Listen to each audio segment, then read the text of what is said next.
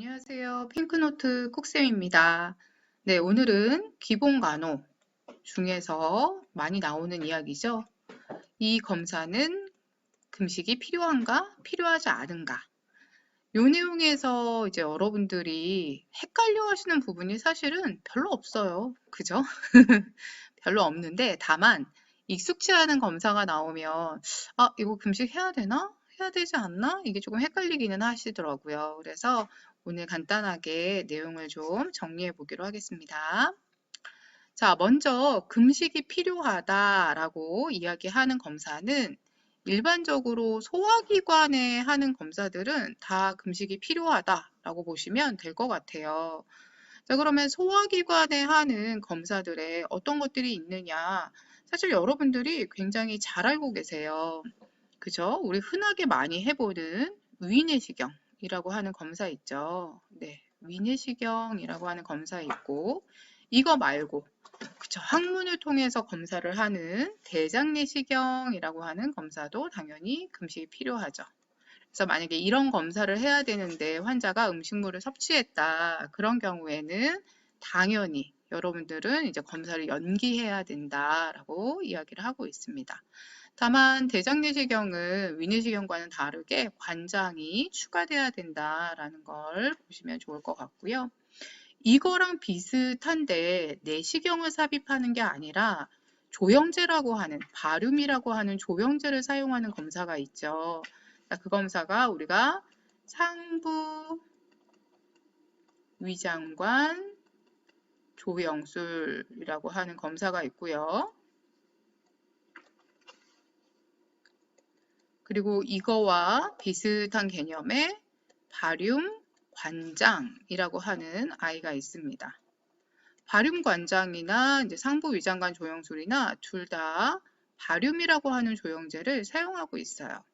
자, 여기에서 바륨이라고 하는 조영제는 참고로 말씀드리자면 이제 예전에 설명을 한번 드린 적이 있는데 이게 수분을 흡수해서 딱딱하게 정체가 되면은 변비에 걸릴 수 있다. 그래서 검사가 끝나고 나면은 이제 수분 섭취를 많이 해라. 그리고 혹시나 변비가 생기면 관장이 필요할 경우도 있다라고 말씀드렸고요. 거기에다가 변이 하얗게 나올 수 있다라고 하는 것도 말씀을 한번 드렸었죠. 그런 부분 같이 생각해 주시면 좋을 것 같아요. 자, 그럼 요거 말고 우리가 그럼 어떤 것들이 또 이렇게 금식이 필요한가라고 하냐면 일반적으로 여러분들 공복시 혈당, FBS라고도 하죠. 네, 공복시 혈당이라고 하는 걸 측정할 때도 금식 해주셔야 됩니다. 왜냐면 공복이어야 하니까요. 그 다음에 또 하는 혈액 이제 검사 중에 사실 뭐 대부분의 혈액 검사들은 금식을 필요로 하지 않는 경우들이 조금 많이 있긴 하지만 일부 혈액 검사는 혈당인데 혈암처럼 보이죠? 글씨가? 네, 혈당이라고 좀 다시 쓸게요. 네, 잘못 또 네, 혈당이고요. 혈액 검사 중에서 간 기능 검사를 보는 거 있어요.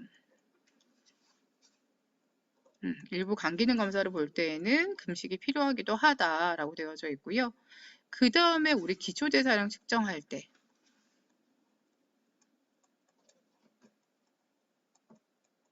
이런 경우에는 금식 해주셔야 되고 그 다음에 이거는 조금 처음 들어봐요 하는 아이가 있어요. 사실 이거는 소화관에 대한 검사는 아니에요. 소화관에 대한 검사는 아닌데 이제 그림자가 져서 시야 확보가 안 될까 봐 금식과 관장을 하도록 하는 검사가 있거든요. 혹시 들어보셨는지 모르겠는데요. 정맥 신우조영술이라고 하는 아이가 있어요. 이거는 이제 혈관에다가 조영제를 주입해서 우리 혈액은 이제 심장을 타고 들어가서 이제 소변을 통해서 배설이 되잖아요. 그래서 그 배설되는 요관이라던가 아니면 방광이라던가 요도 여기에 어떤 문제가 있는지를 확인하기 위해서 조영제를 넣고 엑스레이를 촬영하는 거 그걸 우리가 정맥신우 조영술이라고 하는데요. 결론은 비뇨기계의 문제를 보기는 하지만 얘는 그림자 때문에 장에 의한 장의 그림자 이제 촬영을 방해할 수 있기 때문에 정확한 촬영 결과에 오류를 유발할 수 있죠. 그래서 이제 장 안에 있는 어떤 덩어리들이나 이런 것들이 오류를 일으킬 수 있어서 그거를 조금 이제 예방하기 위해서 금식과 함께 관장까지도 한다라고 보시면 될 것 같습니다. 그래서 요 검사들이 금식이 필요한 검사예요. 그럼 여러분들 사실 1번하고 2번, 뭐 3번, 5번 정도까지는 다 알고 계시죠. 그러니까 좀 특이한 거, 사실 4번도 많이 알고 계시더라고요. 좀 특이한 거, 6번 네가 좀 특이하구나, 이렇게 보시면 될 것 같아요. 그래서 모든 거를 다 알아야 된다라고 하는 생각보다는 이런 것도 있구나 라는 정도 봐주시면 좋을 것 같고요. 자, 그러면 이제 두 번째로 금식이 필요하지 않은 검사는 그럼 누가 있느냐? 소화관에 들어가는 거는 대부분 이제 금식이 필요하다라고 했으니 소화관에 들어가지 않는 것들은 금식이 필요하지 않구나라고 보시면 될 것 같아요. 자, 그러면 소화관에 들어가지 않으면서 금식이 필요하지 않은 검사. 아마 여러분들이 가장 많이 들어보셨던 건 처음에 이제 엑스레이. 네, 엑스레이 중에서도 특히 흉부, 엑스레이 같은 경우에는 금식이 필요 없고요. 거기에다가 금식이 필요 없는 검사로 대표적으로 나오는 아이, 심전도라고 하는 아이도 금식은 필요가 없죠. 그리고 여기에다가 각종 천자가 있죠. 천자는 바늘을 이제 피부를 뚫고 삽입해서 안에 있는 내용물을 채취하는 건데 일반적으로 요추천자 많이 있고요. 그 다음에 이제 여러분들 늑막강 안으로 바늘을 삽입하는 흉곽천자라고 하는 아이도 있고요. 그리고 또 간기능 장애일 때 많이 하는 옥수천자. 이런 아이들은 다 금식이 필요 없습니다. 거기에다가 대표적으로 금식이 필요 없는 검사, 소변 검사는 다 금식 필요 없습니다. 그리고 당연히 대변 검사도 금식은 필요하지 않아요. 그리고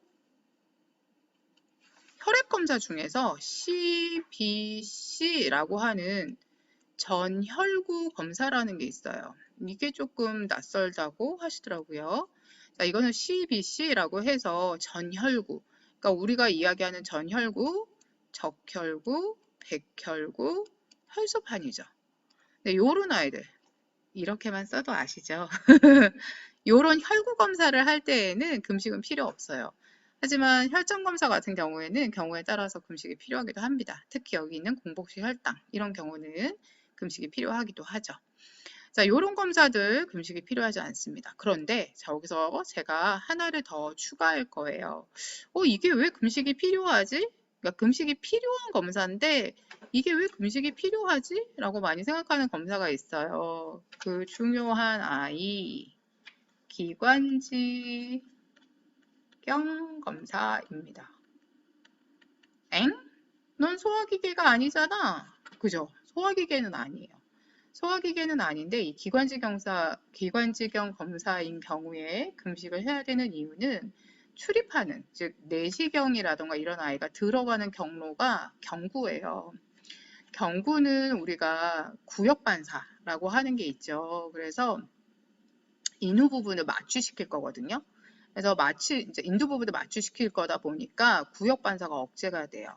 그러면서 이제 기관지경 검사할 때 혹시나 어떤 뭐 자극에 의해서 이제 구토가 일어날 수도 있는 거고 아니면은 필요한 경우에 이제 안쪽에서 조영제를 좀 쓰거나 하는 경우들도 있거든요. 그런 경우에는 조영제 알레르기 반응에 의해서 위급한 상황이 나타날 수도 있고 그렇기 때문에 기관지경 검사하는 경우에도 금식을 하게 됩니다. 기관지경 검사는 검사하고 나서도 한 2시간에서 4시간 정도 우리 구역 반사가 돌아오기 전까지 금식을 해라 라고 이야기를 하고 있어서 일반적으로 소화기계 말고 니네 둘은 정말 조금 특이하다라고 하는 이 두 아이는 여러분들이 따로 좀 기억을 해주셨으면 좋겠습니다. 오늘 내용도 간단하죠. 일부러 간단하게 하려는 건 아닌데 사실 이런 아이들은 문제를 내기도 조금 애매해요. 그래서 이렇게 간단한 내용으로 차곡차곡 쌓아가시면서 궁금한 사항이 있으시면 언제든지 질문해 주시면 되겠습니다.